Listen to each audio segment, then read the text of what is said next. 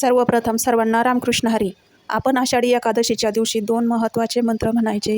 हे पाहणार आहोत. कोणते मंत्र आहेत ते आपण पाहणार आहोत आणि सेवा कशी करायची ते पण पाहणार आहोत. तर मग चला, आपल्या घरात सुख समृद्धी टिकून राहण्यासाठी ही प्रभावी सेवा तुम्ही नक्की करा आणि मंत्राचा जप पण नक्की करा. तर मग या एकादशीच्या दिवशी श्री पांडुरंगाची आणि रुक्मिणी मातेची मनोभावे सेवा करा.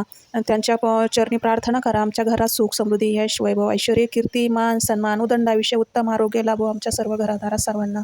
अशी मनातून सेवा करा पांडुरंगाच्या चरणी. श्री विठ्ठल आणि रुक्मिणी मातेला फुलं तुळशीची पानं धूप दीप अक्षदा नैवेद्य सर्व अर्पण करा. जे आपण फराळाला बनवू ते पांडुरंगाला आणि रुक्मिणी मातेला नैवेद्य दाखवा. आणि हा मंत्र म्हणा 108 वेळा, की जेणेकरून आपल्या घरात तर सर्वांचं आरोग्य चांगलं राहील असं. त्यासाठी ओम नमो भगवते श्री वासुदेवाय नमः हा मंत्र 108 वेळा तुम्ही नक्की म्हणा. किंवा कृष्णाय वासुदेवाय हरये परमात्मने प्रणतः क्लेशनाशाय गोविंदाय नमो नमः या मंत्राचा बी 108 वेळेस जप करा. खूप खूप लाभ होतो या मंत्राने. तुम्ही नक्की करून पहा.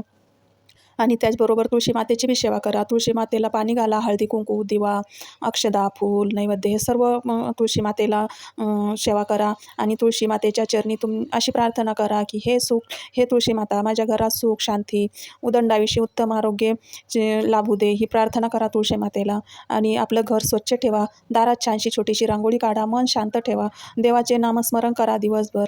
घरातील सर्वांनी एकादशीचा उपवास करा. म्हणतात ना, पंढरीचा विठोबा आपल्या भक्तांच्या हाकेला धावून येतो असे म्हणून आषाढी एकादशीची ही भक्ती श्रद्धा आणि सेवा भावेचा उत्साह आहे. तर तुम्ही नक्की ही सेवा करून पहा. खूप लाभ होतो या सेवेचा. सेवा छोटीशी करा पण प्रार्थना जास्त करा. मनातून प्रार्थना करा पांडुरंगाच्या चरणी आणि रुक्मिणी मातेच्या चरणी. मंत्राचा जप जास्तीत जास्त करा. म्हणजे आपलं मन बी शुद्ध होतं, मनाला प्रसन्नता वाटते. मंत्र जप केल्याने घर आपलं शुद्ध होतं. त्यासाठी मंत्राचा जप जास्त करा. सेवा होईल तशी आपल्याच्यानी छोटीशी का होईना पण सेवा करा. पण मंत्र जप जास्त करा. खूप चांगले अनुभव येतात. 100% घरात सुख शांती नांदते. आणि ही सेवा आवडली असली, व्हिडिओ आवडला असला तर लाईक शेअर सबस्क्राईब नक्की करा. माझ्या चॅनलमध्ये कमेंट करा. माझा व्हिडिओ कसा वाटला तुम्हाला नक्की कळवा. धन्यवाद. या अशाच पुढे एखाद्या छोट्याशा माहितीची व्हिडिओ घेऊन येईन. त्यासाठी सबस्क्राईब नक्की करा माझ्या चॅनलला. धन्यवाद.